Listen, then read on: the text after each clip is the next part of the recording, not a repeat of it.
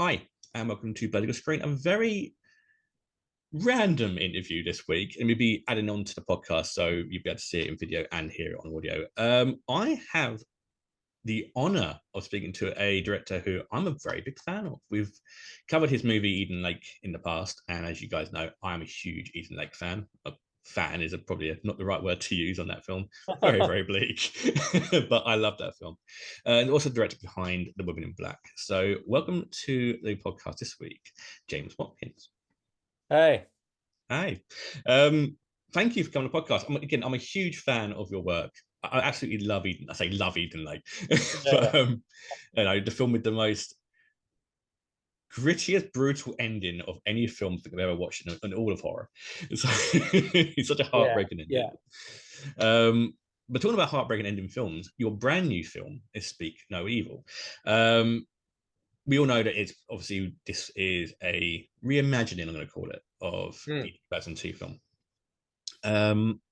So I just want to ask really first, why the urge to remake the movie? Because obviously it's quite controversial. There's a very, very controversial scene that is in that film, which luckily we don't have it. But what was the kind of urge to think, I want to remake Speak No Evil? Yeah, it's a really interesting question. I've been sent things to remake in the past, and I've been sent, things that I've been like, whoa, like Hitchcock and Don't Look Now and stuff, and you go, whoa, woo, and so, but with Christian's film, I think when you see a film for remake, you got to really first really enjoy the movie, and I thought his enjoy is obviously a difficult word in context of Christmas movie, but I thought it was a great movie. I thought it was really well made, and I thought it took its thesis right to the end, and so then you got to think, okay, is there something here that I can have a conversation with? In a remake, I didn't want to just slavishly remake Christian's movie. The thought process isn't, okay, the thought process is creatively led first. You're kind of going, okay, there's fantastic things in this movie that I love to keep drilling into, but there are also changes that I would like to make it my own and to reimagine it in some way. And I think if you can, and that's what I saw with this, all the themes of social propriety and the horrors of everyday life and how we interact and the setup of the characters. And, there's so much in Christian's film I've, stolen, and it's fantastic. But at the same time, I thought, okay, all of that, but I can lean into character here, lean into theme here, and shift and take it to a different place as well. So, and primarily part of that was the first conversation I had with Blumhouse was, look, can I do this in the UK? Because if I can do it in the UK, I think I can make the film I want to make. I can make it kind of more personal in terms of characters I can understand, dialogue I can write, themes I can explore, humor, British humor, stuff like that. So and they agreed to that, at least for a script. And then, so it felt like it was a really fascinating and brilliant opportunity, I suppose. It's a good thing it is kind of set in the UK, because the UK generally, film-wise, we can be very gritty. But that European style, kind of like French, kind of extreme, and films like Eden Lake is gritty. It has that kind of background feel of fear. But you had that in this one. And I feel like with your version of the film, you've taken some of the parts that I really hated in the first film and you've reworked them to make them make sense, if you get what I mean. Well, listen, I'm not going to, my film wouldn't exist without Christian, so it'd be very, I owe him a huge debt to I mean, the original is very good. I mean, the original, you have that feeling of kind of constant threat throughout the film, but there's certain bits like, as a parent, would you do that? Which I thought you kind of really worked into this one. Look, Christian's film gave me an opportunity to lean into things that I thought, okay, I can enhance that and change that and shift that and make it what would speak to me, and for example, and particularly because there's something different. Christian's film's a brilliant kind of satire of Danish compliance, Now I've got my protagonists are American, and you talk to both the cast, you know, Scoot McNairy's from Texas, and mm, you know, you talk to audiences, mm, the American critics or whatever.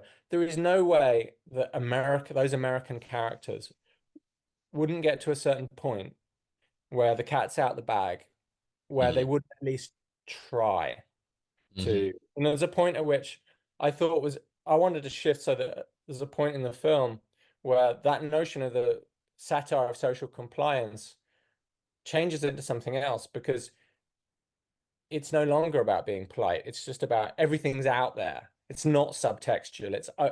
It's main text, you know, and you know, and it's and if somebody's got a gun or whatever, you know, you're not going to, you know, it's beyond politeness. It's how do we Yeah. negotiate this situation? And then I thought, well, with these American characters, they're going to at least try to run, to hide, to fight, to whatever, to do something. But I didn't Mhm. want them suddenly to become superheroes. I wanted them to be ordinary people and to explore their ordinariness. And that Yeah. ordinariness manifests in fear, and it manifests in cack-handedness, and it manifests in her, if she's getting a bottle of acid, she puts on rubber The Marigol, gloves. Yeah. you know, Yeah. so she's, you know, it's very deliberate. You know, if they try and make a Molotov cocktail, they're suddenly not the A team. They kind of screw it up, you know. Yeah. So, you know, and they fumble it and they're all there, you know, and we wanted to lean into that. You know, most Mm. people are not good with dealing with violence. I know I'm not. And so I wanted to keep that truth and to explore the characters to a different place, you know, if Which that I makes, loved. I yeah. absolutely loved that part of it though. And you can see the kind of the move on to the differences in the last half and to both films. Yeah. Um, but no, I loved the switch, and I loved the fact that you got the children kind of more interacting in this film. They're Yeah. such great young actors as well. Yeah. You picked some brilliant actors in this one. They Like the final scene is heartbreaking. oh, well, I'm glad you said that because, again, I'm very interested to see how people will respond. I know how audiences respond Mm, exactly, and I've sat with it with a lot of audiences.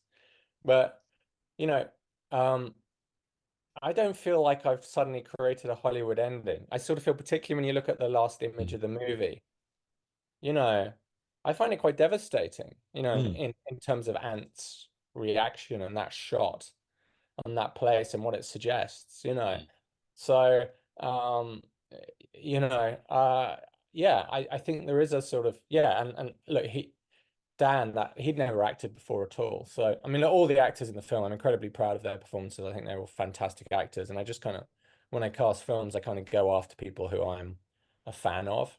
mm. Uh, and and for Paddy, McAvoy was front, I mean, literally the first He person I was wanted. amazing. I was writing it with him in mind, and you just don't get the person you're writing it. It just doesn't happen, but Mm. it did. So it was a real gift that when James read it and was like, "Oh yeah, I'd like to meet James, me," and have a conversation. And then we met up at his house and started talking, and it was clear that we saw it in the same way. And I knew it was going to be an amazing partnership with just a world-class actor. He took that role on so well. He plays psychos really well, Yeah. scarily well. But with But truth, right? There's always truth. It's not caricature, you know. It's like mm, he can go. He's got that thing that Daniel Day-Lewis has that he can go big, but always a lot of actors get histrionic when they go big. But James maintains the truth of the performance, you mm, know, and you know, and there's always like in his eyes the micro expressional gestures in his eyes that can shift between being twinkly and mm, then slightly more menacing. And that's why, in fact, Christian's film plays very much in the wide shots. But when as soon as I saw the performances that I was getting, I was like, oh, I have to get into the sort of the subjectivity of Mackenzie Davis looking, you know, in a kind of Hitchcockian sense, Mackenzie Davis's character looking at Paddy. So seeing mm, through her eyes his responses, which necessitates close-ups, you know. So, yeah. and it became very interesting. So it's, you know, it's her and her gaze because she's kind of our surrogate. Mm. I think all of them know. like I said, the visuals in this film are beautiful, and the way that they react to the situation is amazing. But it does, again, the ending, like you're saying, it's not your Hollywood ending, which is perfect for a British film, because that's like the same with Eden Lake with the bathroom scene. So I took great kind of Yeah, I mean, very obviously Eden Lake similarity. Obviously, that didn't end as well, but Eden Lake is particularly dark. I mean, Eden Lake is closer to Christian's movie, and weirdly, Christian, when he came and visited, and he was saying that Eden Lake was one of his references for the original movie. So, yeah, I mean, which must be nice to hear. yeah, I mean, it's weird circularity, but he the yeah, it's not. I think there's catharsis and release at the end of the movie, which I think an audience needs after that pent-up tension. But what I don't want it to be is glib or unearned or, it's not a happy ending. You know what I mean? It's a much more ambiguous. I don't know. I mean, you tell me. It's definitely not happy. It's how can you really do it without kind of going into anything too kind of grim? But it's that poor boy's been, in a way, he has been abused and taken from his family. He's watched his family die.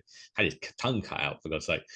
And I think with your ending, it's without having the tongue getting cut out, you can see it, which is one of the most brutal scenes in the original movie. I'm assuming this is going out after the film. Yeah, it'll be after, right? It's it'll be in September. With bits that you've obviously removed from the original to this one, it makes more sense for his character.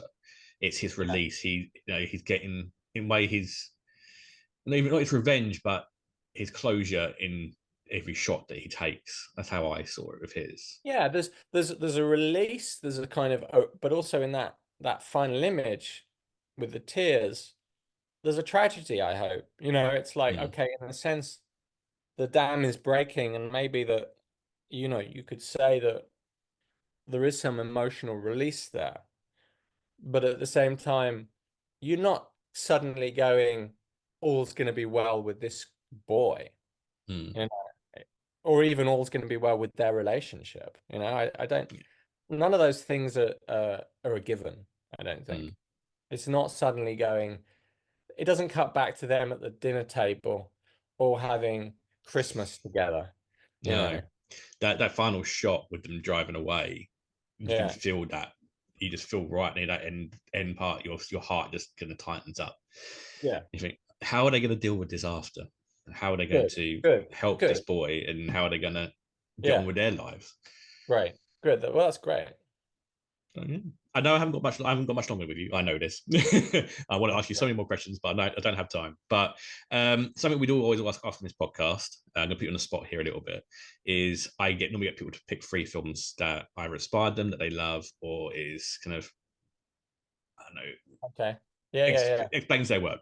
What 3 films would you say would be like an inspiration for you generally as a director or a fan? I would always pick one Hitchcock, because Hitchcock is, for me, just the best. Which Hitchcock I would pick kind of depends. The one I probably watch the most is North by Northwest. I think it's just a perfect movie. But whether it's Rear Window or Vertigo, or so there'd always be Hitchcock. I mean, I could give you 3 Hitchcocks, but Sergio Leone. Rear Window, perfect though. Rear Window was perfect. Yeah, Rear Window is a perfect movie. I'd probably choose Once Upon a Time in the West from Sergio Leone, because it's just such pure cinema. And I'm trying to think. So I think because it's in my mind, because I've watched it a couple of days ago again, Terminator. Now, initially I would have said Terminator 2, and Terminator 2 is a brilliant movie. But so I went back to Terminator and watched it with my wife, and we were like, because I thought, oh, maybe Terminator's not so good. It's 40 years old. I loved it when I was a kid and whatever. It's so brilliant. It's so economical. It's so witty. The storytelling, the economy, the visual language. I mean, some of the acting isn't as brilliant as it could be, but it's just James Cameron. I mean, chapeau, as they say. He's just fantastic. it's the perfect sci-fi film, the first one, where kind of the second one's more of your perfect action road Yeah. trip in a way. Well, and the emotion of Yeah. the second one, the way he heightened the emotion, I thought was really genius. You know? Cool. So one final question then. Yeah. What are you hoping the audience will take away from this new version of Speak No Evil? I guess I hope they have a fantastic time in the cinema, you know, that they have a real, like they've been on a really rip-roaring roller coaster ride. But at the same time, I hopefully, you know, it's not a dumb movie. You know, it's got some sort of, you know, look, movies aren't messages, but you know, I think the film speaks to the world in which we live, and you know, hopefully you can have a great time in the cinema and then go have a pint with somebody afterwards, and you know, discuss the various merits of it and the themes. Perfect. Awesome. Thank you so much for coming to talk to me. I know I could speak to you for Pleasure. hours about the film. I could teach you hours about Eden Lake and Women in Black as well. Oh, Three thank amazing you. films. But no, brilliant. Huge luck with the film. It is my second of the year after Deadpool Wolverine, but then not much Okay, fair can enough. defeat I'll that. take that. But this is my number one horror film of the year, and I've Oh, thank seen you. quite a few this year. So I'll bet. I'll bet. um, I Yeah. love this Well, film. I won't thank lie. you. I wasn't a huge fan of the first film, Okay. but this one, this blew me away. So Oh, yeah, thanks, man. I really appreciate it. Well, fly the no flag, worries. please. Tell I always everybody. will, always will. And you'll get a full review of this on the podcast, which comes out at Brilliant. the end of the month. And we'll have this out to listen to as well for guys on the podcast feed as well. So thank you so much for James coming on the Brilliant. podcast this No, week. it was really, really fun talking to you. It's good fun. So cheers. And yeah, hope the film goes well.